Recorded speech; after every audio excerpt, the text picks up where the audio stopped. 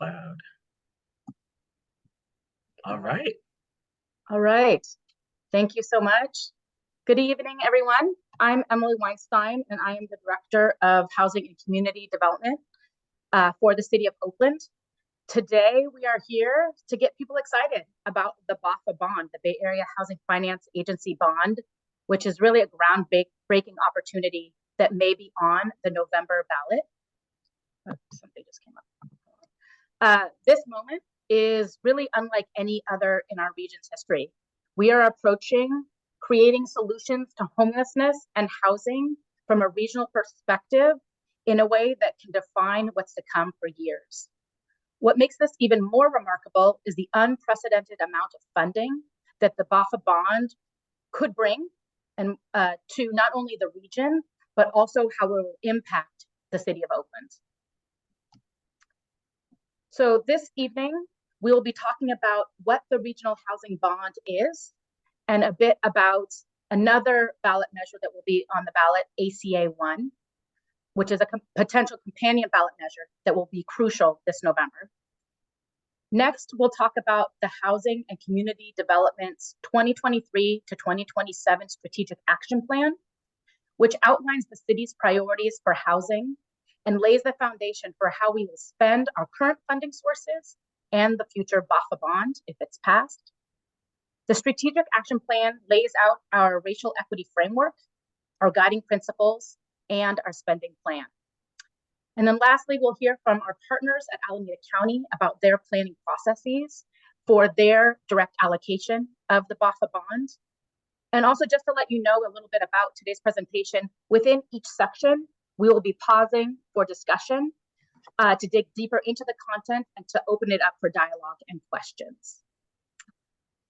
But before we get started, we have the privilege of welcoming some distinguished elected leaders from our community who are co-hosts for tonight's event. So let me start by introducing Alameda County Supervisor Nate Miley from District 4, who will say a few words about the importance of this opportunity. Turning it over to you, Supervisor. Asking you to unmute, Supervisor Miley. Okay, can you hear me now? Yep. Okay, great, thank you.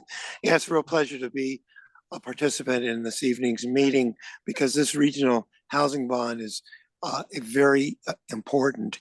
It will provide the resources we need to keep people housed, to build more housing, and also to preserve what housing we have that's affordable.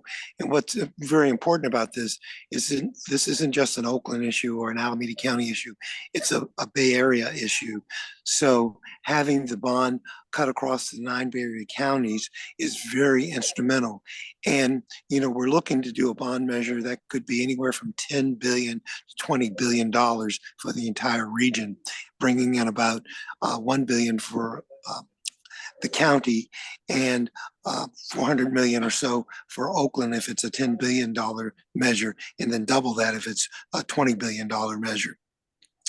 So with that money, we'll be able to provide resources to keep people housed, to build more affordable housing, to deal with tax defaulted properties, to deal with vacant lots, to deal with underutilized properties, to look for opportunities to build more affordable housing, to look at people who are in need of housing, who are acutely low income, as well as extremely low income, as well as moderate housing. So this is a game changer. This is transformational. And to get this bond passed, we're going to need the support of everyone, both in our county, in the city of Oakland, and throughout the region. And it's also going to be an economic driver because it'll provide jobs in addition to housing. So this will be a complete win-win for the entire region. So I can't say enough about this. It's transformational. There's never been anything like this ever before. And it's also going to produce an ongoing funding source so that we can provide funding for affordable housing so that we can provide the necessary resources when there is a funding gap to produce some of these ventures. So once again, I'm just very thankful to be playing a role in this, to be leading the effort in Alameda County, and I stand ready, willing, and able to support the city of Oakland and others as we continue this effort. Thank you so much, Supervisor. Joining Supervisor Miley, we have the City of Oakland council members. So let's start with Councilmember Treva Reed. I believe you're on. Ramachandran first, Ramachandran. Oh, Ramachandran first, I'm sorry. Hi, everyone. Thank you so much for joining us today. For those of you who don't know me, my name is Janani Ramachandran, and I'm the council member representing District 4. I'm really grateful to HCD for putting on this information session because, as I'm sure all of you choosing to attend this information session know, that, it is not just the city of Oakland, but our entire region that's experiencing what really is an unprecedented housing crisis. We're seeing not just increased levels of homelessness, but really increased levels of displacement of our residents here in Oakland, as well as neighboring cities. And for so long, there have been leaders who have said, homelessness crosses borders. Housing crises don't just impact cities as solo entities and in silos. And it's more important than ever to collaborate and coordinate with our neighbors across Alameda County, but really across the 9 Bay Area counties.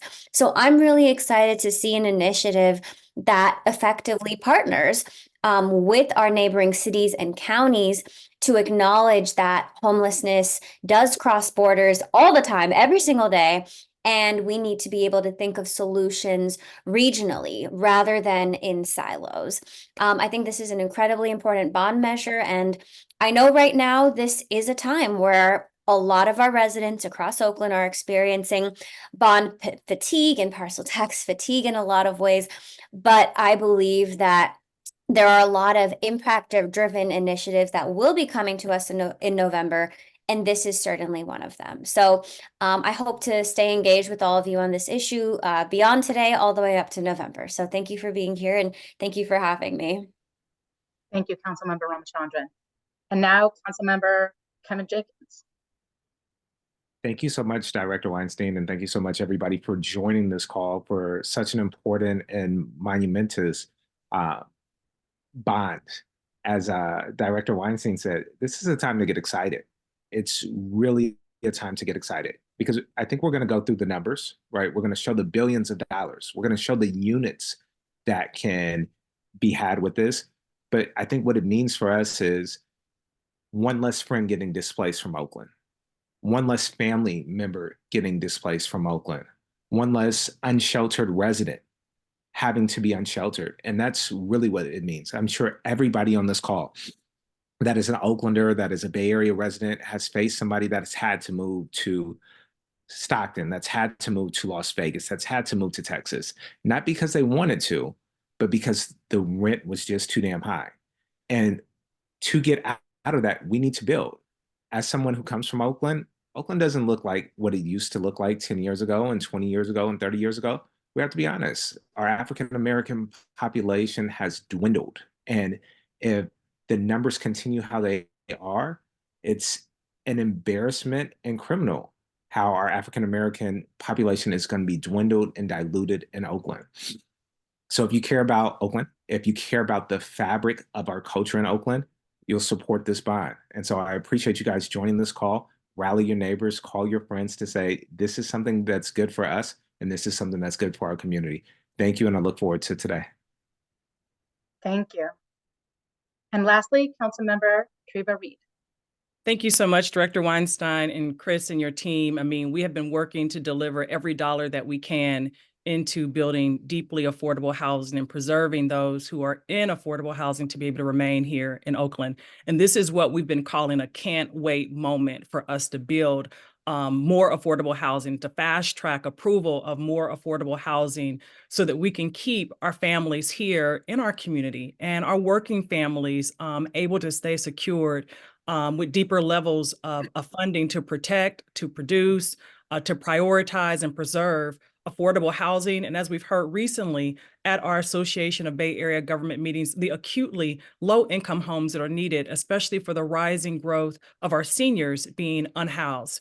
If we pass this bond, which we all are here to fully support, it would bring significant funding into the county, significant funding into our city, roughly 383 million minimal into Oakland. We have a huge number of homes that we need to build, deeply affordable homes. We have to create over 10,000 housing units by 2030. And at our current funding levels, the city of Oakland can only produce less than 1,000 units by 2030. And that's a significant and concerning number.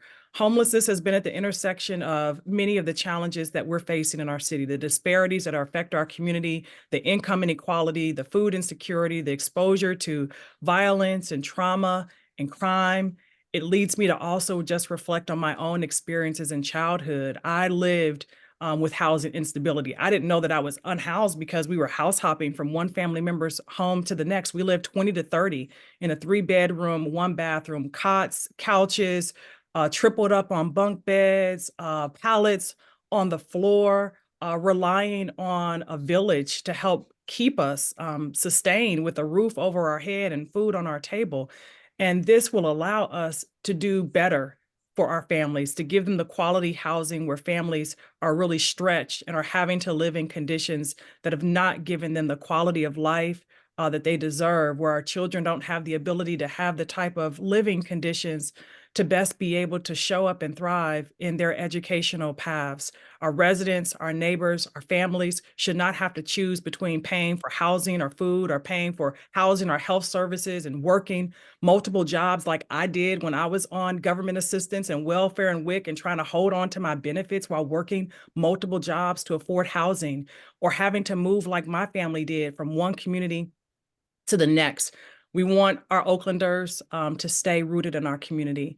We want those of our neighbors who are struggling with housing insecurity, like I faced and too many others, to have the support, and this funding will help to bring that support with us. I want to just also share that as I think about what Councilmember Jenkins just shared, I serve on the Black Housing Advisory Task Force. It's a broad statewide coalition that's been committed to solving the Black housing crisis in this Bay Area region and across California. We started with a request for one-time $500 million investment into the state budgets to address the crisis that we're experiencing in the Bay Area, and realized as we looked at the data statewide, the impact of our Black community, not just in the Bay Area, but across the state, being the most overrepresented and underserved and the most displaced, and having had to migrate from our communities and from across this state. And so there are a number of initiatives that we're working to advance the type of housing and housing stability and to protect our housing for our legacy renters and homeowners. And I believe that this bond will deliver what we need and more of the funding to help get that done. And so I hope that you all are able to listen, to join, to rally, to advocate, and help get out the vote so that we can pass this measure in November. Thank you. Thank you so much, council members and supervisor. I'm fired up, and so I hope that others are, and we will get into the details about what BAHFA is and what it can deliver for Oakland. Thank you. So, next slide. So what is BAHFA? BAHFA stands for the Bay Area Housing Finance Authority. BAHFA is the agency leading the bond proposal, and they have the power to raise funding through ballot measure across the region.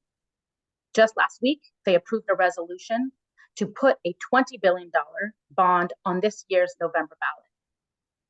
BAHFA is the first regional housing finance agency in the state and was created by California state legislators, championed by Assemblymember David Chu in 2019. The agency's primary mission is to address housing affordability challenges at scale, which is critical since the issues of housing and homelessness, as you've heard, are bigger than any one neighborhood, city, or county. Most importantly, the agency collaborates with and is governed by representatives from local governments across all 9 Bay Area counties. The regional bond is being explored as either a $10 billion or $20 billion general obligation bond to address affordable housing across our 9 counties. It's looking right now like a $20 billion bond is going to be what's on the ballot. And so we will be optimistic in today's presentation and talk about what it will do at $20 billion. But the actual amount will be confirmed over the next couple of months. These dollars will be raised through a tax on property owners. And because it is a general obligation bond, the primary focus is funding for capital and capital needs. This means that dollars cannot currently be used for services like eviction defense or homeless prevention services, but there are other avenues that are being explored to provide to provide funding for those types of services. But the predominant focus for a general obligation bond is on the preservation and production of affordable housing buildings. So raising funds for affordable housing is imperative. With the loss of the redevelopment agency in 2012, we haven't had a consistent source of funds to put towards affordable housing. And what that means is without consistency, it becomes difficult for developers and policymakers to plan for the future. And it takes much longer, years, sometimes decades, for projects to be approved, financed, and developed. If the BAHFA bond is passed as a $10 billion bond, Oakland would receive about $380 million. If it's a $20 billion bond, then it'll be double that at around $765 million. And just to put it in perspective, recently, Oakland voters, thank you, Oakland voters, passed Measure U, which was a general obligation bond that included $350 million for affordable housing in Oakland. And actually, we'll talk a little bit about how that money is already being used and projects are already under construction using those funds.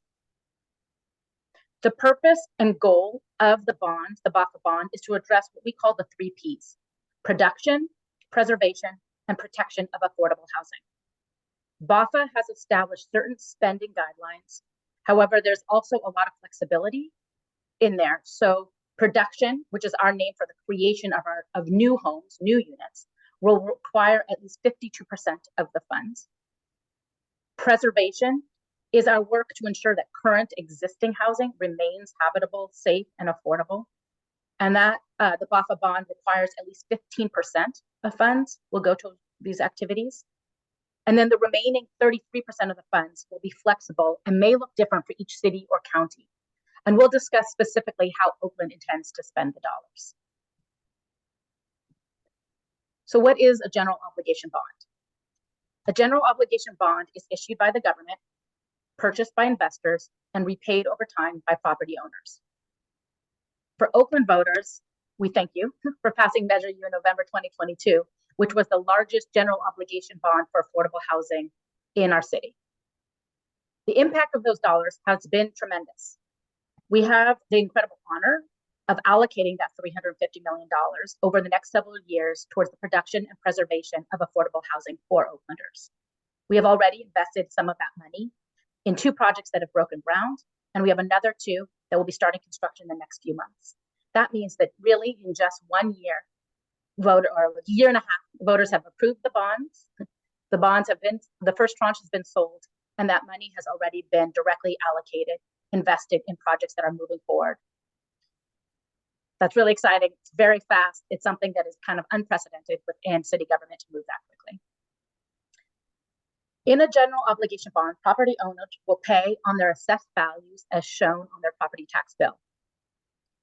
Also, as it stands, region-wide voters must currently approve the general obligation bond by a 2/3 majority, which is a very, very high threshold, which is why we will discuss briefly the ACA 1, which is a constitutional amendment, a companion ballot measure this November, which would bring down the threshold from 2/3 to 55% for general obligation bonds.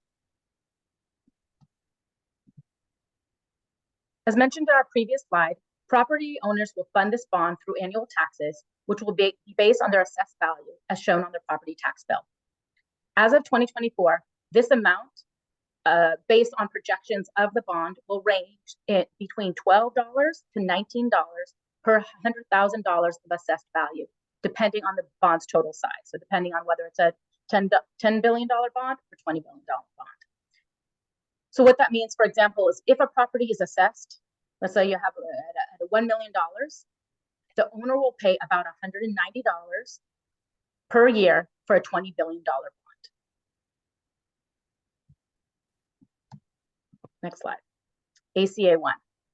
So another item that's really important to mention, really important to kind of keep in your mind as we're thinking about the importance of BAHFA, is also Assembly Constitutional Amendment number 1, or ACA 1, as we call it for short. What ACA 1 does is lower the voter threshold for the passage of the general obligation bond. As I mentioned earlier, this is critical because it's very difficult to get 2/3 vote to pass anything, honestly, but to pass a bond. And so ACA 1 would lower this threshold as a constitutional amendment to 55%, therefore making it more likely that the bond will pass. And I just want to note that this is something that has already been done for school districts.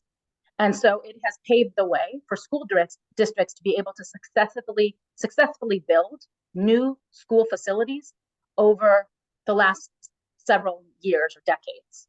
Whereas with affordable housing, we haven't had that same ability. So it's really important that we not only talk about the BAHFA bond, but that we also look and campaign for the passing of ACA 1 as well.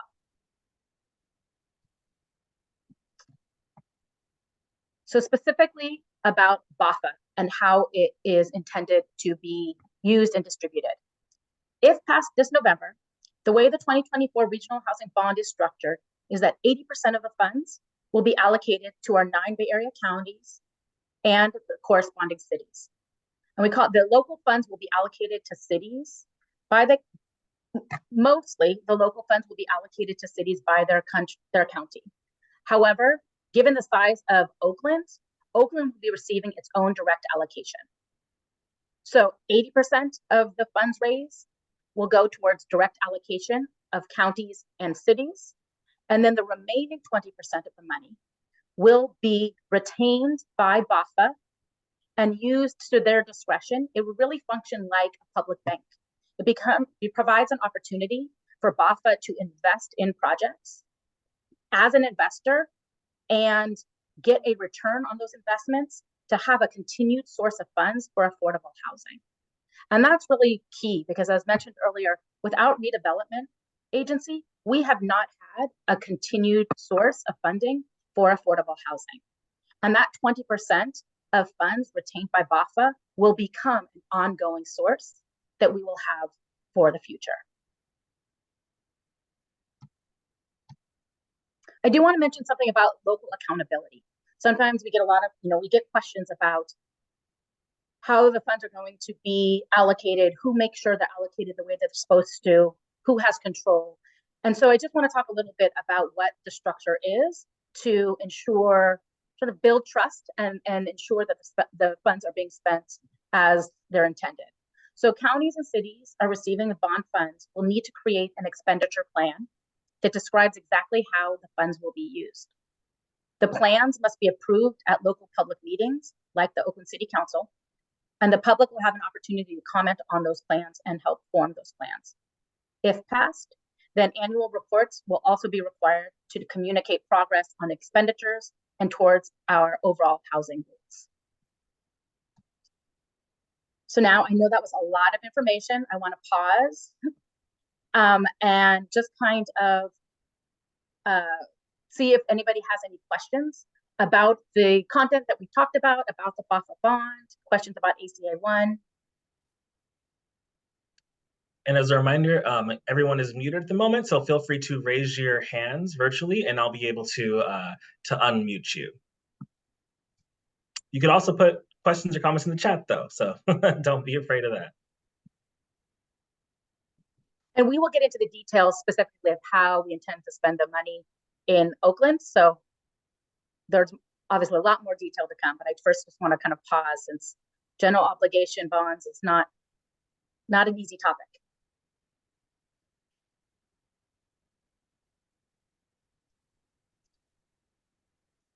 Maybe we have a lot of knowledgeable public finance people in the crowd. Okay, we have one person. Allie, I'm asking you to unmute. Yes. How does this align if it does at all with the proposition that just passed, the state proposition that just passed for housing, I think for, I think it was Proposition 1 for, well, yeah, Proposition 1. Yeah. So Proposition 1, it's a sort of at the high level, it's a different funding source. But Proposition 1, we're not sure exactly how it will be allocated to cities. What it sounds like, based on what the governor has said, is that much of the funds that will go towards affordable housing will go towards a program that is similar to what has been the Home Key program at the state, which is a program very focused on permanent supportive housing for people exiting homelessness. And so as we think about what it costs, and we'll get into some of these numbers later in the presentation, but as we think about what it costs to both produce and preserve affordable housing, it really requires braiding, layering all these different funding sources.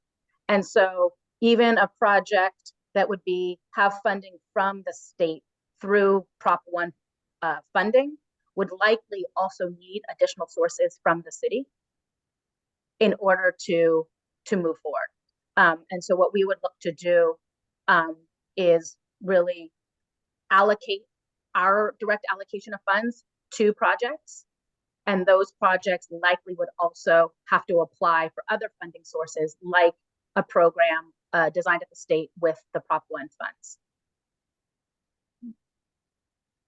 Thank you so much for that question. We have a couple of questions in the chat that I'll read out loud. First one from Matt is, how soon would funds be available if approved? That's a good question. Late 2025.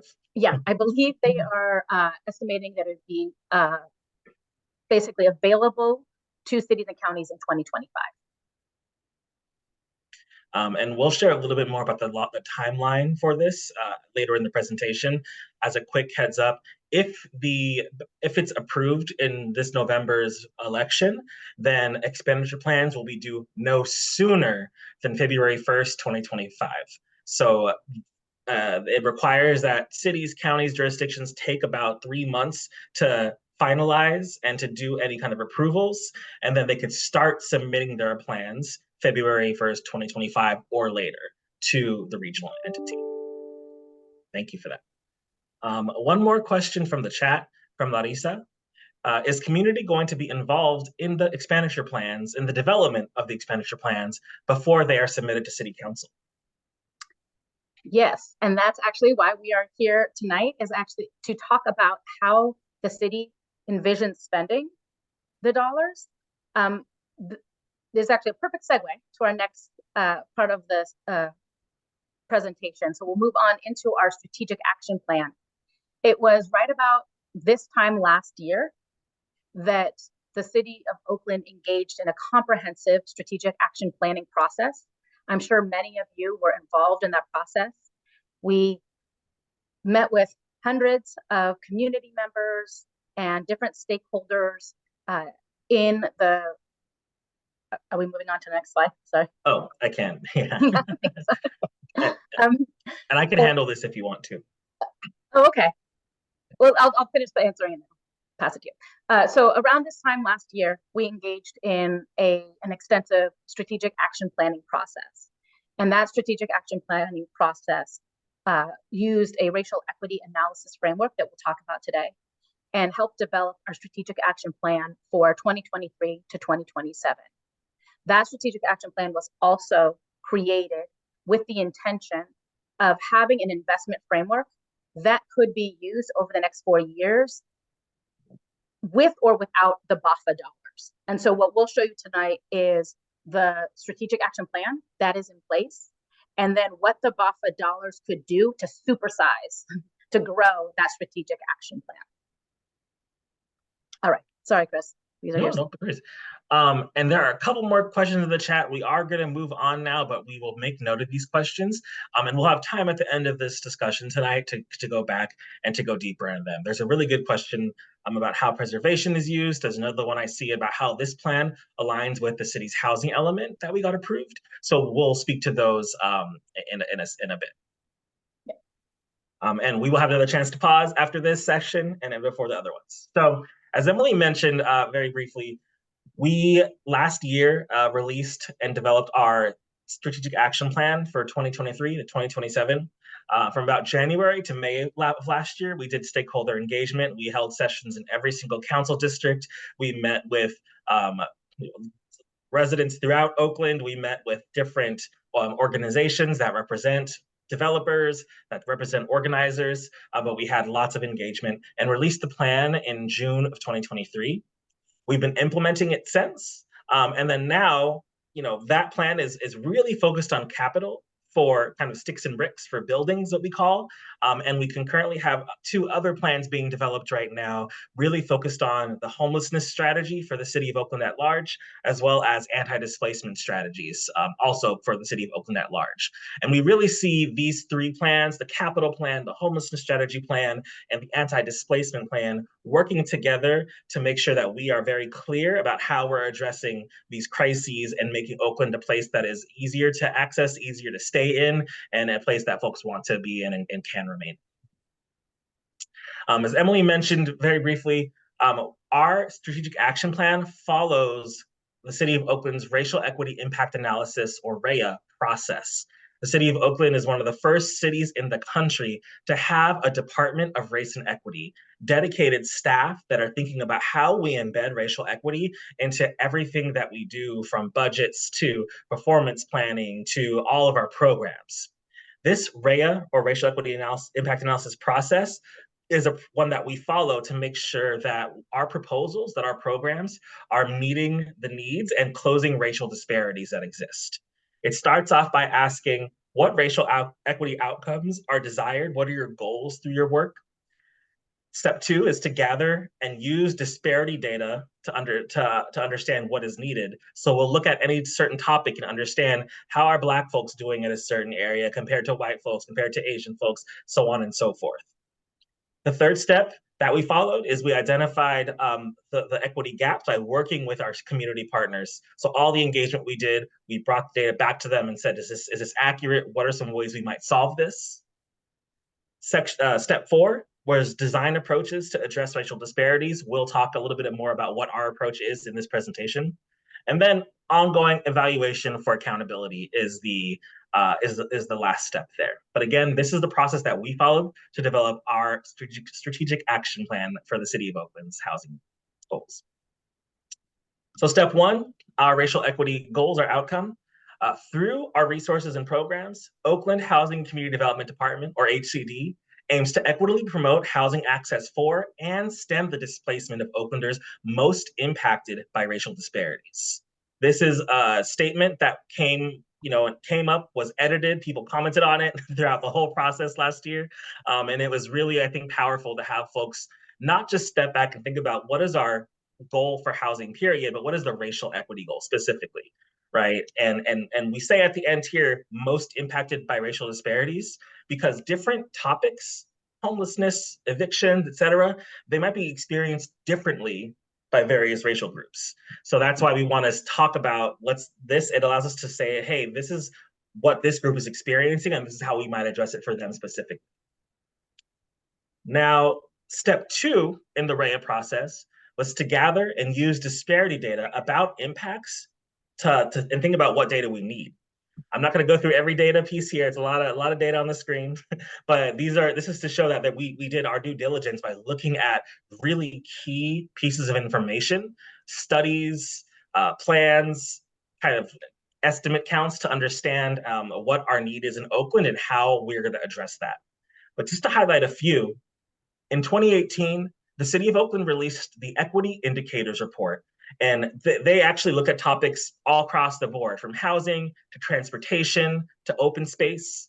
But in this screenshot here, we're talking specifically about housing. The scores are on a scale from 1 to 100. Something got a score of 1, that means that we're experiencing the biggest racial disparity in that topic in the City of Oakland. As you see here, homelessness got a score of 1. that means there is a huge gap between what, for example, Black folks are experiencing versus the rest. But even some of the other topics that you see, like overcrowding, 22, eviction notices got 8, homeownership got 53, those are still out of a possible 100, meaning there's a large gap between where we are and where we want to be if we're going to get rid of those racial disparities. Another really important benchmark that to name is the Oakland, as the Regional Housing Needs Allocation, or RHNA is what we call it. These are goals that the state sets for us and says, hey, for every city or county, this is what we expect you to produce in terms of housing over the next 8 years in order to meet the need in your community and based on projected population growth. So our current cycle is from the years 2023 all the way until 2031, that 8-year period. And the city of Oakland has been tasked with developing 26,251 units of housing. That number is huge. And I also want to say that it is an unfunded mandate. The state sets these goals for every city, but there's not necessarily funding that comes along with it for us to accomplish it. Again, that is why it's so important for things like Measure U, which all of you voters voted for and it passed in November of 2022, and this potential BAHFA bond to help us get closer to this goal. I also specifically want to call out that low-income units or affordable units make up about 10,261 of this total. That includes low income, very low income, and extremely low income. Folks that are, paying 30% of their income or lower, for example, that might be in the extremely low income section, but that is a subset that we really pay attention to here in the city of Oakland. Another key data point, there's only a few more I'll cover, is about homelessness in the city of Oakland. Every 2 years or so, we go out and participate in the point in time count, or the PIT count. And that's to understand how many unhoused folks are there, estimated, right, that are either unsheltered on the streets or have access to some sort of shelter. And in 2022, there were estimated about 5,055 unhoused individuals in Oakland. That is a steady growth from 2019 and 2017, the previous counts as you see on the screen. We most recently completed a count this past January. So those numbers are still being tabulated, but they will be released in the next few months, and we'll have another bar here to see, okay, in 2024, what is our current status? But again, for the racial equity impact analysis process that we go through, we want to look at this data disaggregated by race, broken down to understand how different groups experience it. And it becomes very clear that whereas Black folks represent 21% of Oakland's population, they make up 59% of Oakland's unhoused population. And that's hard. That shows there is a very clear disproportionate representation. 21% of all of Oakland, but almost 60% of the unhoused population. That makes it very clear that we have a duty to address this and to close that disparity as much as we can. That always gets me. That one always gets me. So with that, right, we have to think about, how do we build enough housing? How do we preserve enough housing to make sure that folks have a place to go so they're not on the street, to make sure we can help our neighbors and also help ourselves in this process, right? It's about helping the community at large. Current housing development is really expensive. We actually gave this presentation yesterday. Someone asked, why is it so expensive here? It's not the same thing in Atlanta. It's not the same thing, on the East Coast. And we're not on the East Coast. Land is more expensive here in California, in the Bay Area. Labor is more expensive here in the Bay Area, in California, right? So currently, we estimate it costs about $900,000 to build 1 unit of housing for new construction. $900,000 for 1 apartment. That being said, it's not like, we as a city, we don't put $900,000 in per apartment or unit, right? We put about $200,000 in per unit. The developers who are building then go to other sources, banks, other lenders, the state, federal governments to raise the rest of the money. That's why it might take a long time to actually get these units built. You know, it might take 3 to 4 years for a new construction building. It's partially because the developers have to go and raise money from many different sources in order to make it feasible. Now, if we think about, yes, we put in about $200,000 per apartment, and the city of Oakland is usually the first lender in some of these developments. Developers will take our money and say, hey, look, the city invested this, you should also invest in us. Now, what we say to this column here, average operating subsidy, is about $200,000 a unit. And what that means is, you know, when rents are affordable, meaning we limit rents so you only pay, you know, maybe 30% of your income on rent, or 30% of the total rent is paid by the resident. That means there's a gap, right, between what it costs to run the building, to operate it, and the rents that are being collected are not as much as, for example, a fully market rate building where they charge a lot more and they're fully covering the costs of operations. Because of that, we need government money, subsidy, to help cover that gap, to make sure that these buildings can stay in operation, they can stay affordable long term. The next one, acquisition and conversion, that speaks to a preservation work. We have a program called the Acquisition and Conversion to Affordable Housing Program. We'll cover that a little bit later. It's a little mouthful, wonky. But what that does is it allows us to go and take market rate buildings. A lot of them are smaller, maybe 4 units in a building. And we will work with developers to buy them, to acquire them, to make them affordable long term. And in many cases, to also rehabilitate them so that they are safer, higher quality, habitable.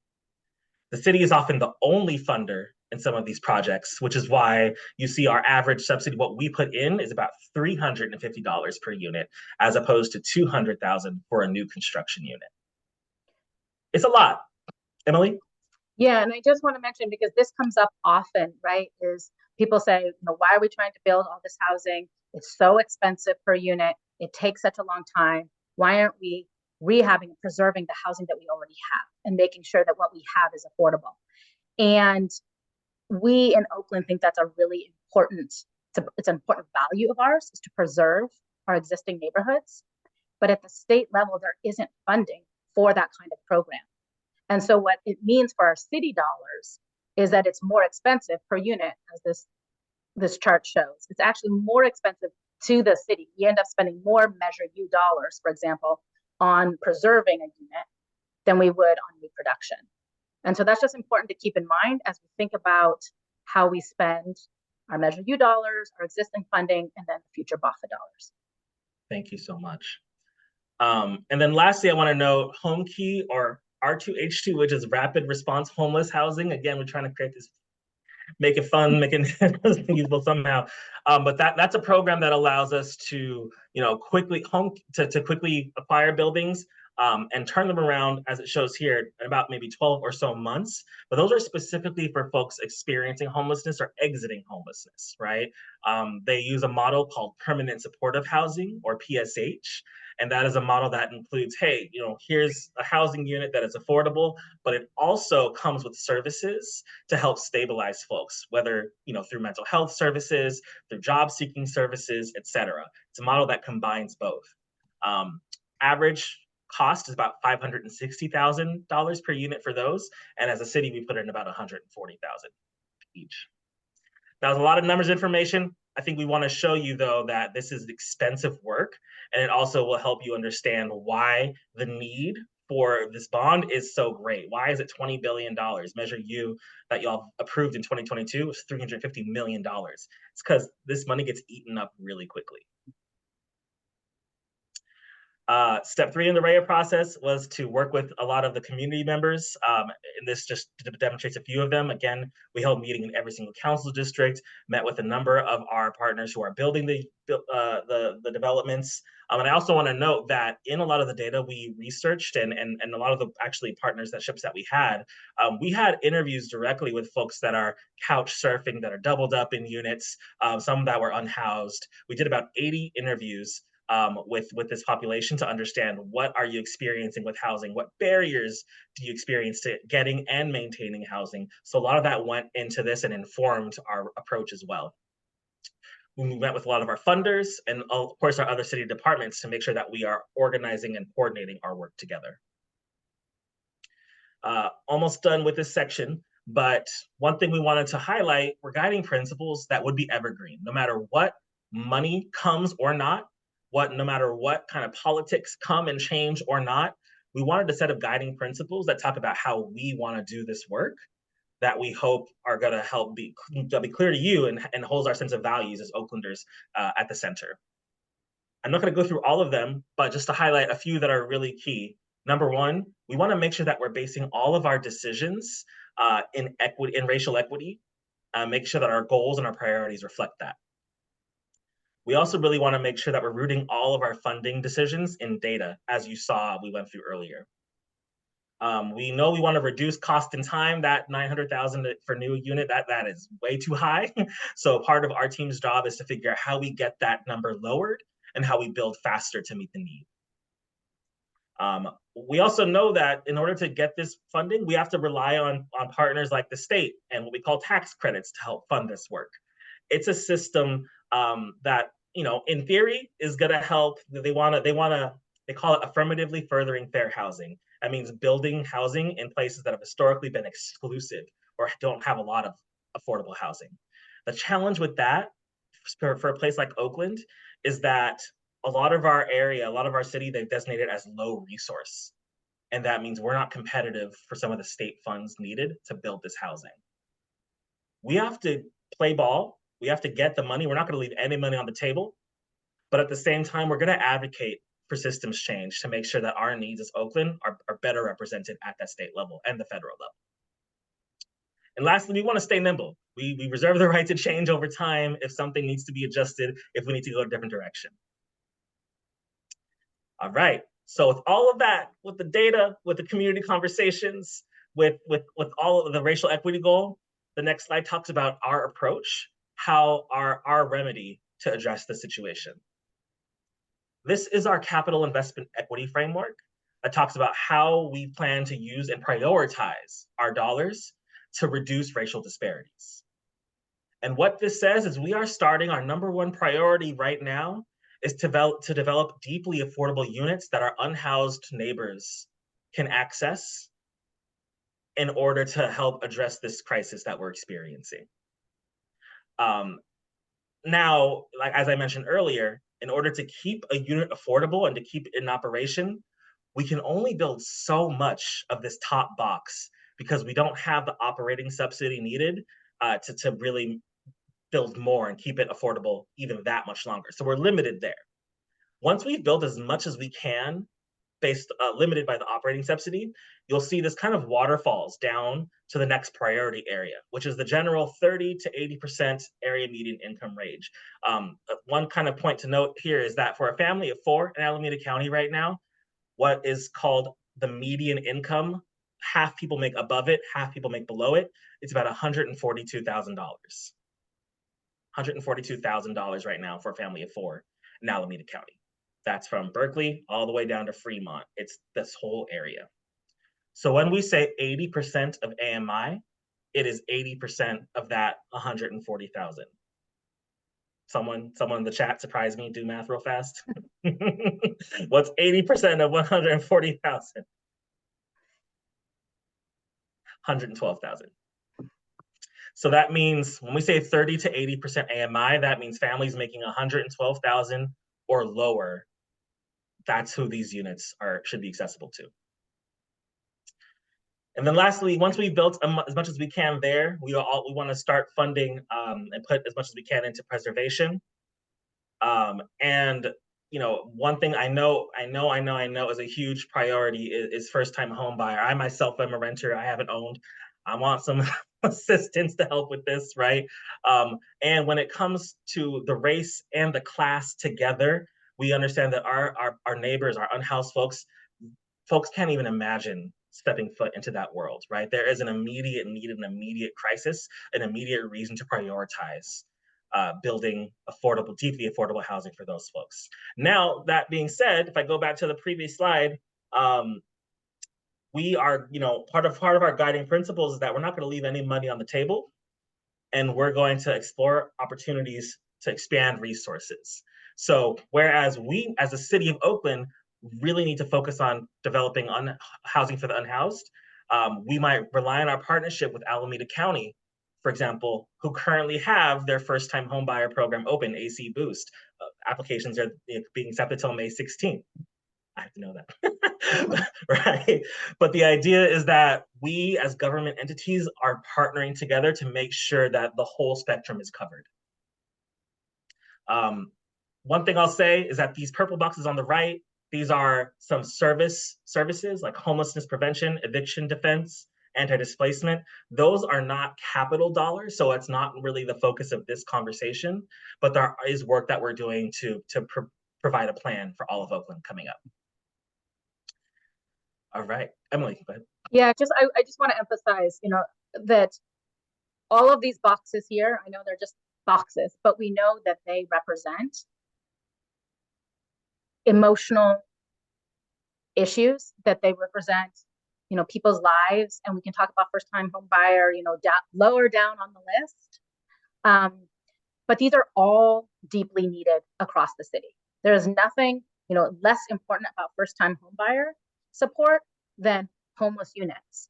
What becomes really difficult is figuring out what the priorities are and how to allocate our funds, and using the racial equity lens to determine how those funds are being spent.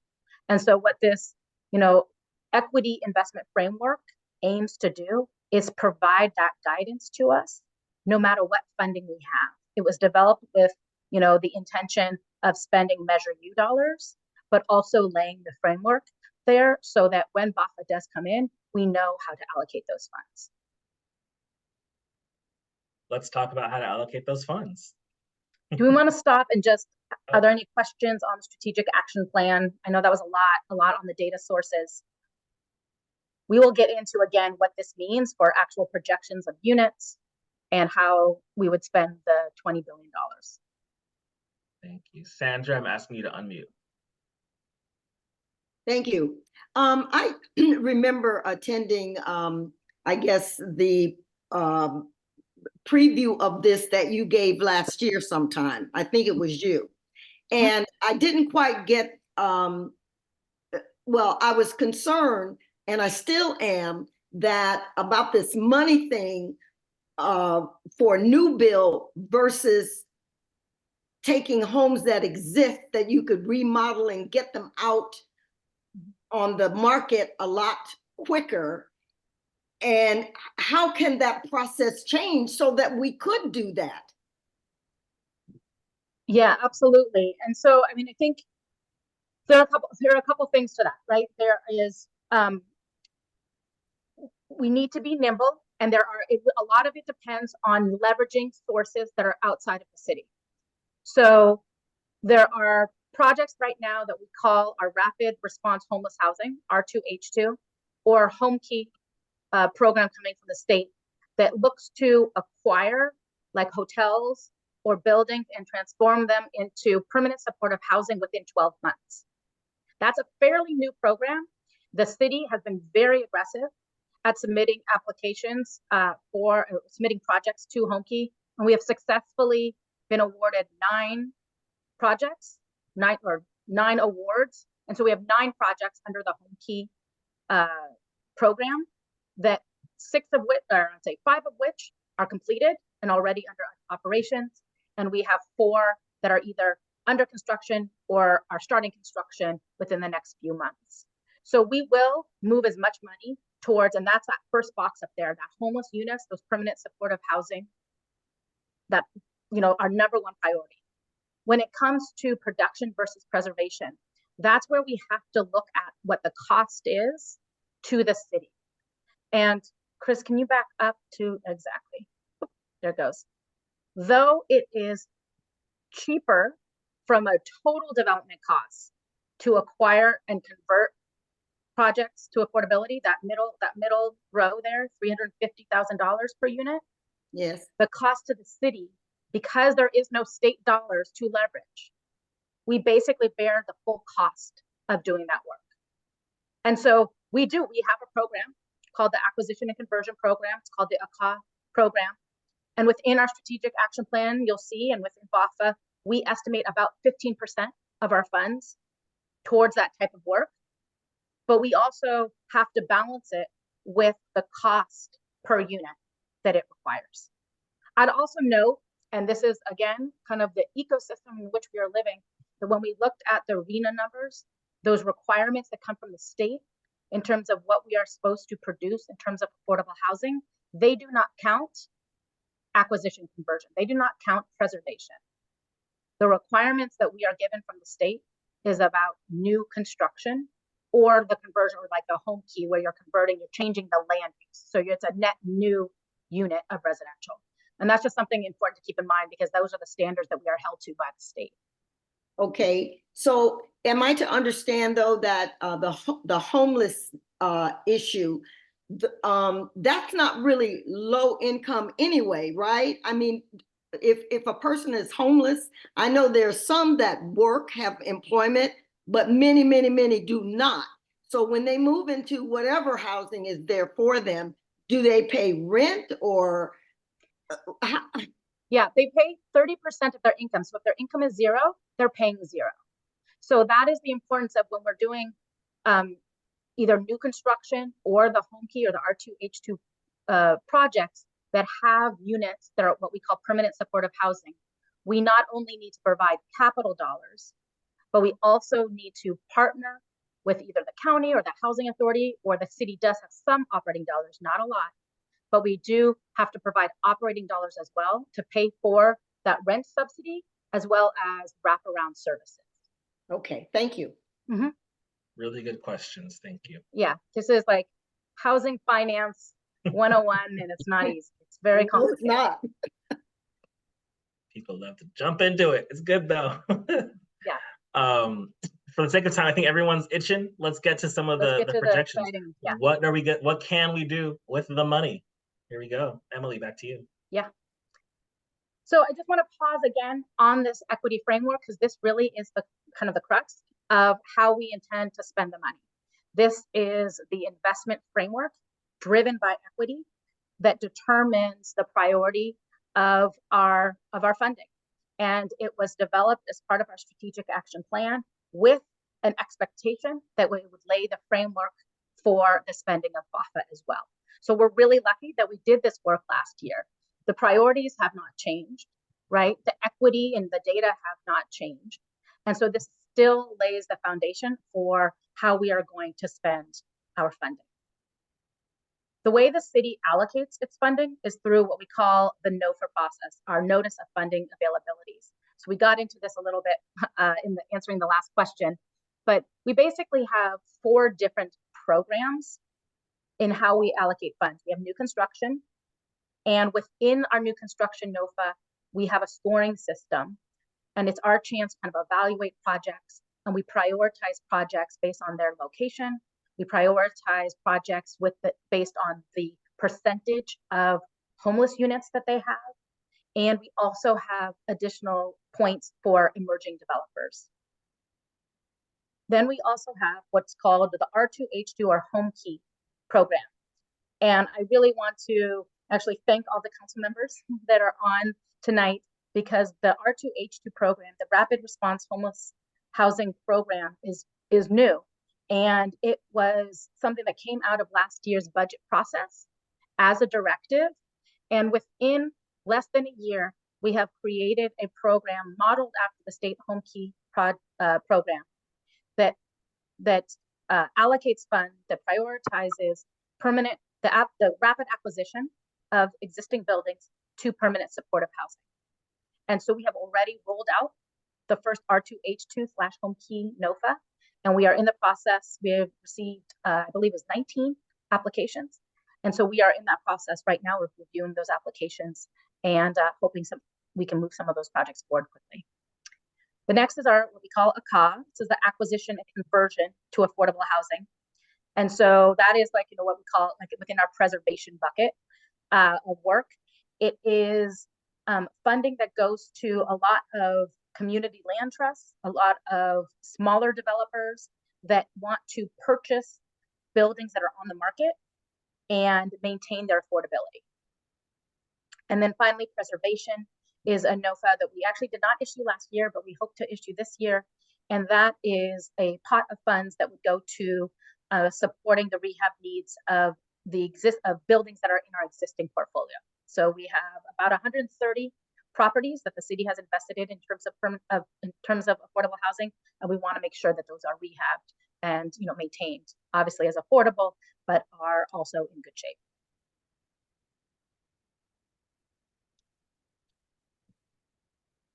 So what you see here is our projections of what the number of units that we could produce based on Measure U and the distribution of those funds. Right here is where we had put in our strategic action plan, how we are intending to use the dollars for, oh wait, hold on, sorry. I'm sorry, I can't see everything on the screen. We're also showing the various other funds that would be going in, like our impact fees that would be going in to the various types of programs. And what you can see is, even with all of our funding sources, Measure U plus our impact fees plus the other funding that we have as the city, what we could project out in terms of the number of units is about 2,400 units, of which about 30% would be permanent supportive housing for people exiting homelessness, so about 450 units. And then you can see the various different categories of types of units on the screen. So what would happen, though, with BAHFA? Right here shows you the difference, really, between what we would produce with our Measure U and our existing funds versus what we could do with BAHFA. And obviously, it's a whole different ballgame, right? What we're seeing here is the ability then to produce or preserve over 7,000 units. That would be about 1,600 units for people exiting homelessness.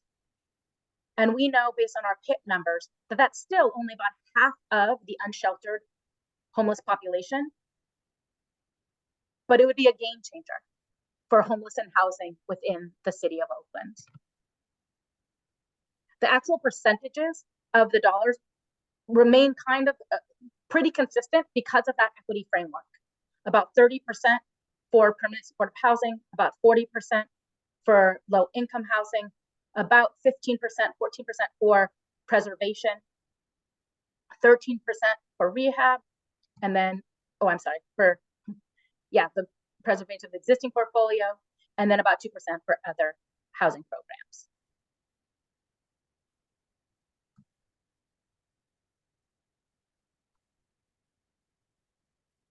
Next slide.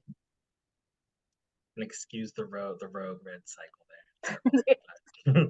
This is just a comparison, right? That says with our current funding over the next 8 years, we'll be able to produce and preserve about 2,390 units. But if we had the $20 billion BAHFA bond, which means over $760 million for Oakland, we'd be able to produce and preserve over 7,000 units. So that is a significant, more than double increase. And that is something that we absolutely need folks' help to get this done. All right. So now that's really the bulk of the presentation, or we want to really pause and talk about what you've seen. What do you think about those projections? What are other priorities that you feel like we are not addressing? What do you think we're missing? Or do you know, how do you feel about the strategic action plan, the BAHFA bonds? This is really an opportunity to talk. We will discuss a little bit about the county's plan as well. I believe Jennifer is on tonight. But let's first open it up for discussion and questions. Again, feel free to raise your hand and we can unmute you, or feel free to put your questions or comments in the chat. We have one hand raised. Diane, I'm going to ask you to unmute. Good evening. Thank you for your presentation. I was curious about the cost per unit. I'm working with the developer now that can bring that cost way down. I just didn't know where to get started with in making the introductions. Also, I just read last week the state was trying to renege on paying for the COVID hotel. Will that impact some of the budget if we are stuck with the cost of housing those COVID folks during the pandemic? Yeah, so I don't know exactly the specifics of the article that you read. Right now, we don't have, I don't believe, any more sort of COVID funded hotels.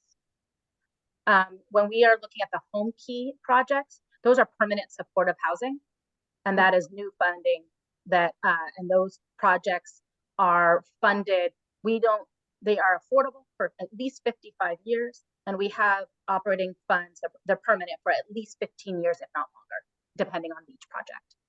As it relates to a developer that can come in and bring down the cost, we are all for it. And the way really to get started is those notices of funding availability, those NOFAs, are the programs and the way that we allocate funds. So up on our website, you can look at past NOFAs to get a sense of the types of information, types of materials that we would be looking for a competitive application. Very good. Thank you. Yeah.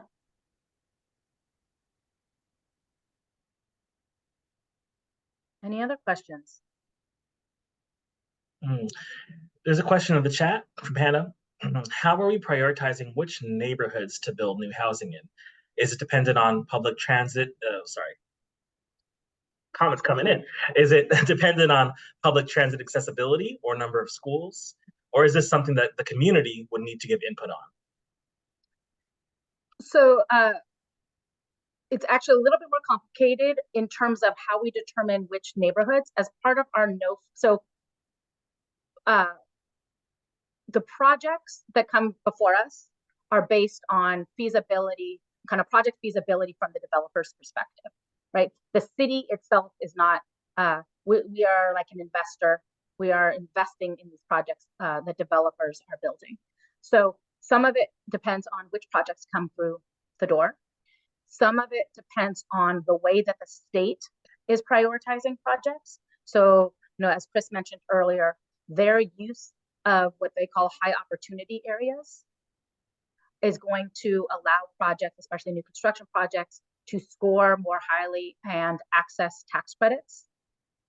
And so we would want to prioritize the projects that will be able to move forward from a competitive perspective of the state. But we also know that we want to prioritize those areas for us as a value that where there are extreme pressures for displacement. And so we have integrated displacement maps, and we integrate the data around where there is the greatest level of displacement to prioritize funding for projects. So it has to be kind of a two-pronged approach because of the state policies.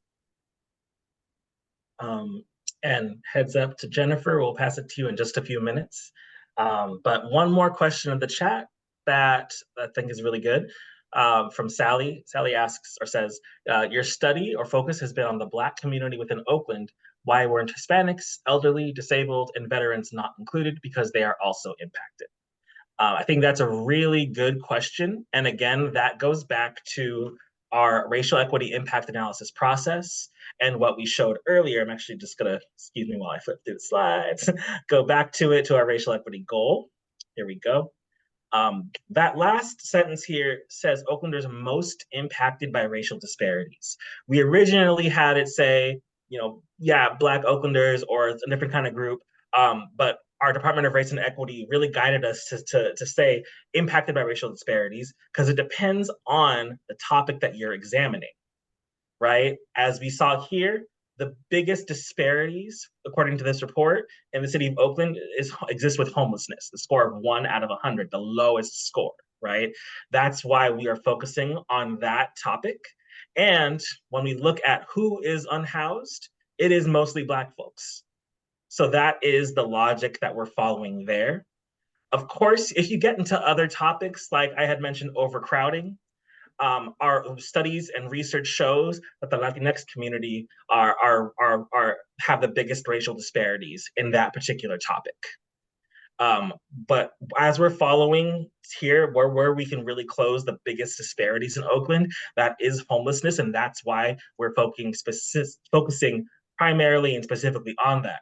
But now, if we think about who is elderly, who is disabled, who are veterans, there's a lot of overlap between all of those groups with the Black population, especially here in Oakland. So with all of those factors coming together, that helps us really hone in on how we invest and address our homelessness issue is going to impact and improve conditions for all of the other groups as well. It's a very good question. Emily?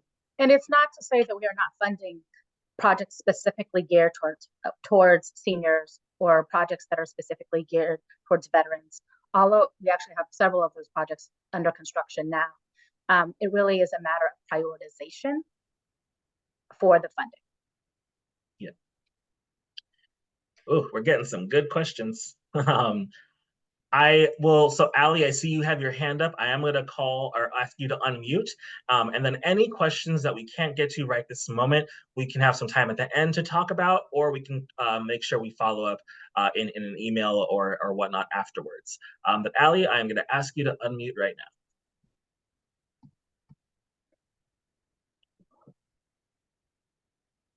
If that's is that a new hand? Okay. There you go. Yes, this is a hypothetical question just around production.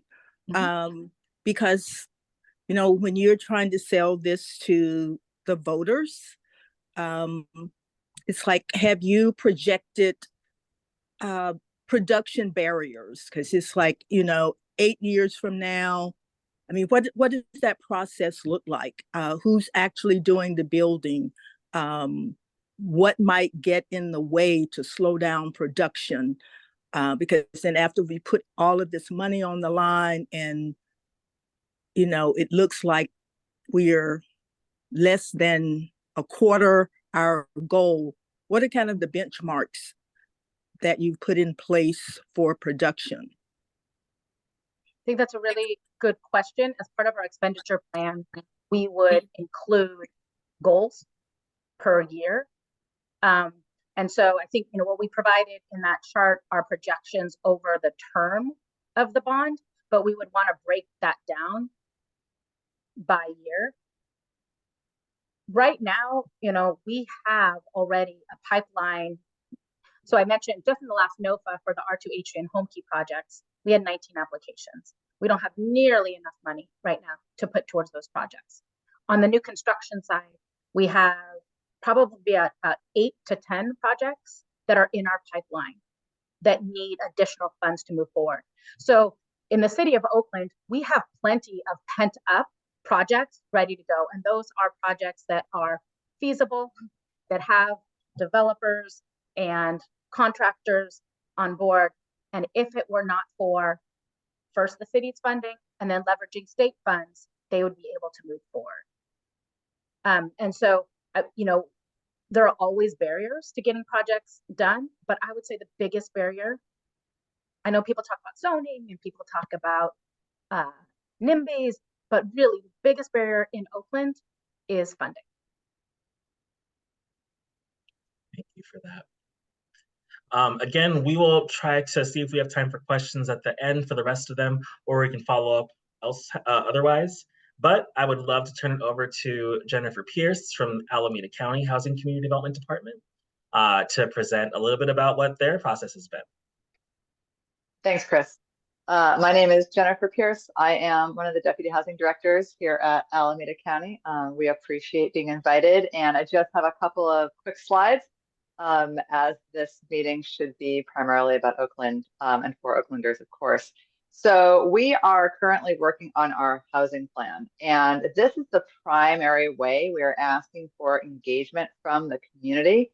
It's an online survey, and after my slides are up, I will put this in the chat.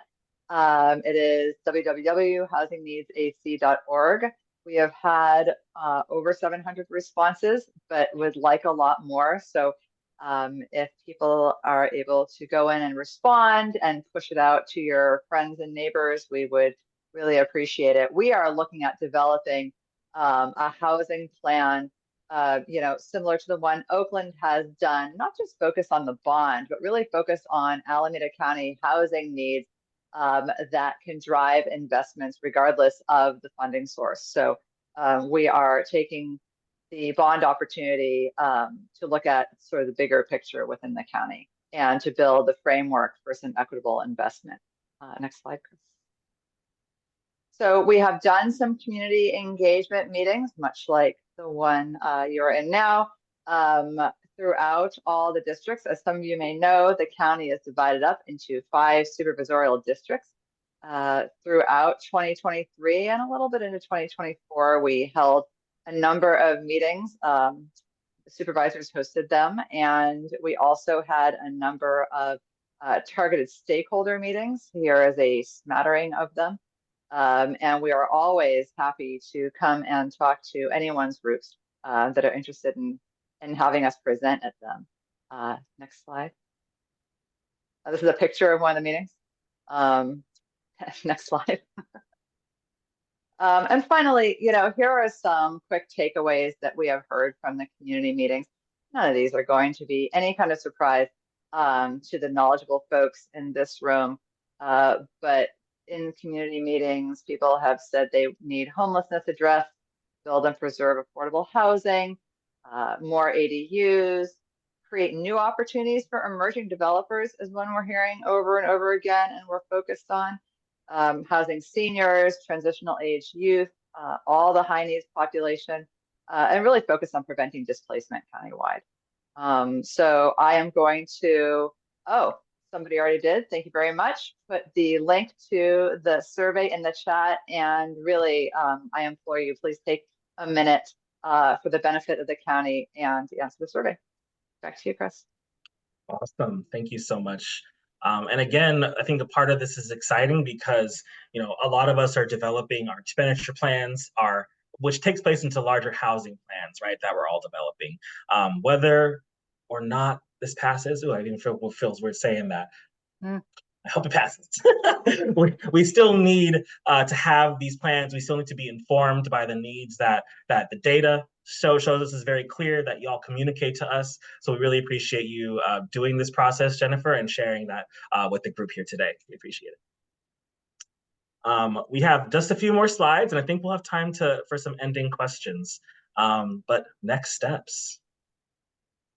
So to recap, the timeline of events. Between April and June, BAHFA and its executive board will vote to approve the regional expenditure plan.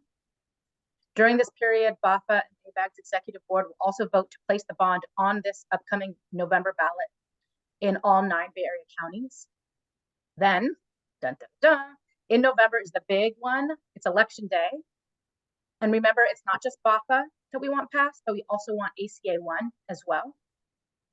And finally, if the bond is passed beginning 2025 and beyond, there will be local public meetings to approve our local expenditure plan, which will have opportunities for more public to weigh in on and to provide input on. And next slide. So we want to make sure that there's opportunities to stay informed and engaged. We believe that really it's all of your voices really that are going to matter.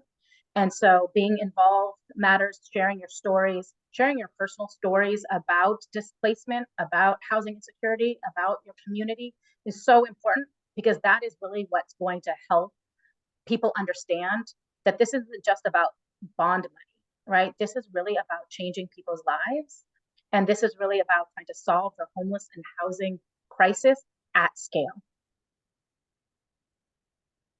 So there's a quick link to our website where we will continue to post information, and where you can also see our strategic action plan, and where we will also be posting eventually our BAHFA expenditure plan. And with that, we have, it looks like about 10 minutes for some additional questions, or questions that came up in the chat that maybe we should answer. Yes, we have some in the chat that we can go to. All right, let's dig in. And again, sorry, I should also say we're going to the chat, but if you also want to speak your question, again, feel free to raise your hand. We'll unmute you, or you can put more questions in the chat. We asked that one. So Matt asks, will per unit numbers maximum subsidies for new construction increase with the BAHFA funds introduced? Will the cost, okay, the subsidy that we put in per unit, will that increase with BAHFA funds introduced? That's a really good question. It's actually something we're discussing right now, because with Measure U dollars, without knowing if BAHFA is going to pass, right? We have all these projects that are ready to go if the city can put in more money.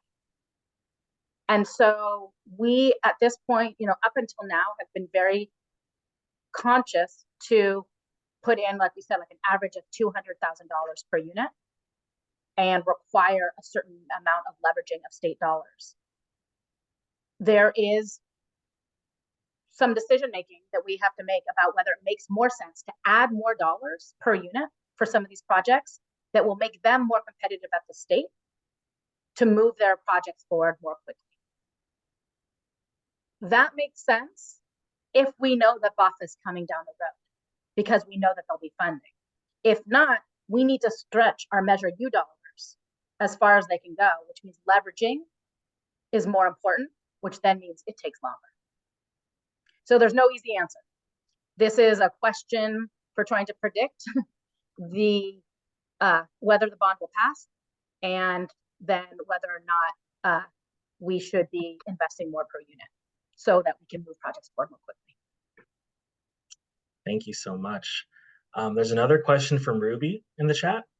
Why not prioritize funding for acutely low-income permanent homeless units first? Seniors are a growing segment of our unhoused Oaklanders. Yeah, absolutely. So that's incorporated within the PSH, the permanent supportive housing, is the prioritization. The way that people move into those PSH units is through coordinated entry.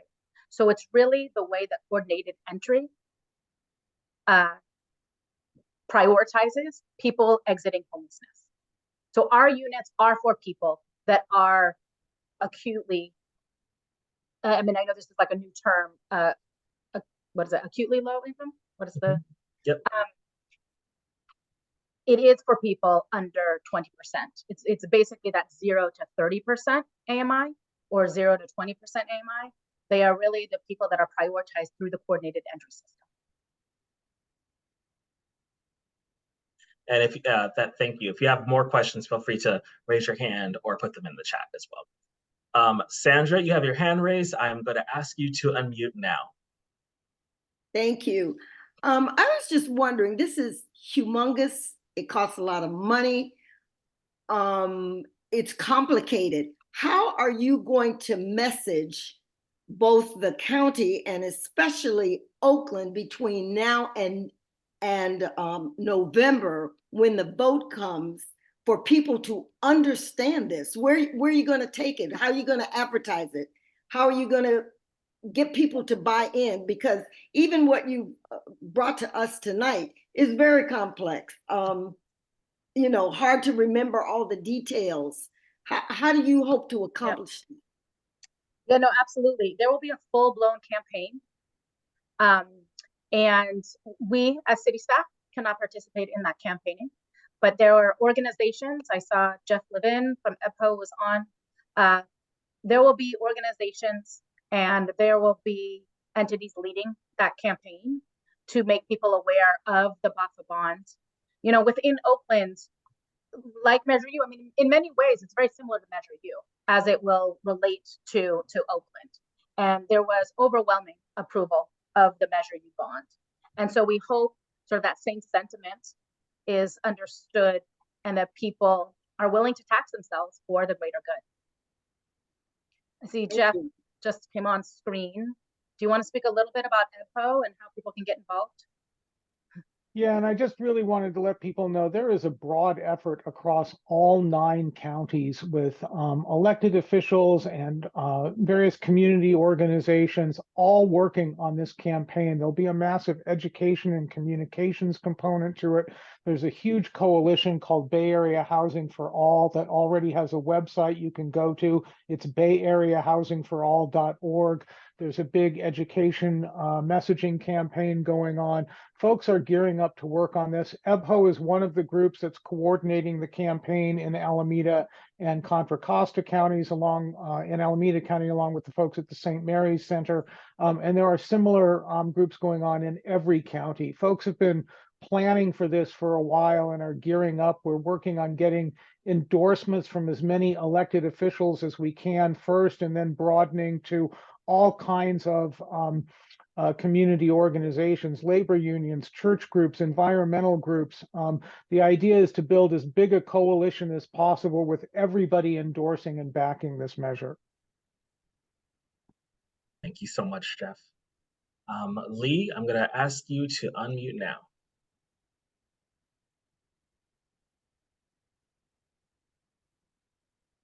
Yes, I'm Lee. I'm a member of St. Mary's, and you know, I'm with the senior. I'm with seniors all the time, and I recognize different problems that we have, you know, and the high cost to rent is very well, put it like this. It said 30% of your income or fixed income. Not all seniors are getting that. Everybody on a fixed income ought to get 30% for rent. You know, rent is too high, food is too high, medication is just gone off the hook this year. So I'm very concerned about the seniors and homeless people. It's just, I mean, just to go out in my neighborhood and look around and see people just without families, without kids who are our future, without you know, and I'm really want to push for this bond and that it gets on the ballot and the money comes to the neighborhood. A lot of it. I mean, a good portion needs to come to the neighborhood. And then I heard someone say something about jobs being created. A lot of stuff is going on because there's no work. These young folks, they have no work and they're looking for other means. The jails are getting bigger, you know, and so we need to change that around. And some of that money could actually be to educate and train some of these ex-cons and those on their way to the jail. Because it seems like I hate to say it, but that's where a lot of it's going. Thank you for letting me share it. And I'm so happy. I'm excited about some of the things I've heard, and wherever I can get in and fit in and be of service, you got me. Thank you. Thank you so much. I'm gonna find you, Lee. We're Yeah, we're gonna work this out. everywhere. But I think one thing you just said right now is so critical here. It's the idea that we're not, yes, we're talking about housing, affordable housing, but it is a part of a much larger ecosystem. It's housing, it's transportation, it's jobs, it's education, it's health, it's safety, it's all of the above. So that is what the goal for tonight's meeting was, to talk to you about this opportunity that might be coming to the November 2024 ballot. But as you said, Lee, it's part of a much larger conversation. Thank you. It is. I think that's a perfect to end on. Yes, it is. Okay. Well, thank you all so much for today. And this session was recorded. We will be able to communicate it out, whether on our website or to others. But we're also going to be holding 2 more of these sessions. It's going to cover the same topics, but the focus is just going to be, with different kind of parts of Oakland. So the next one is actually this coming Monday, same time, 6 p.m., same Zoom link if you just really want to come back for more. Same presentation, same If you really just want to come back for more, you can't get enough of BAHFA. This Monday, the 29th at 6 p.m., same place. And then we're going to have one more session on May 20th. So a little bit, just about a month from now.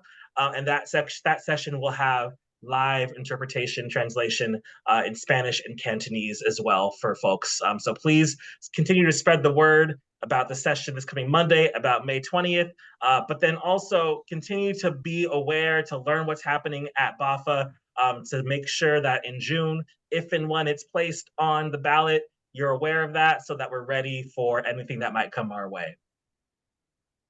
Emily, anything else you want to say? No, just thank you so much for joining us. This was our first of these engagement sessions around BAHFA, and it couldn't have gone better. Great discussion, and that's really what it's all about, is making sure everybody is on board and understands what we're talking about and gets excited. So thank you. Take care, everybody. Thank you.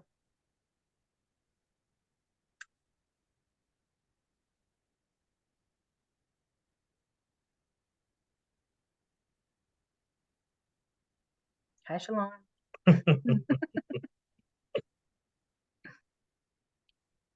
Thank you, Councilmember Reed, so much. All right. All right. Shalom's laughing. All right, bye-bye. Okay, bye.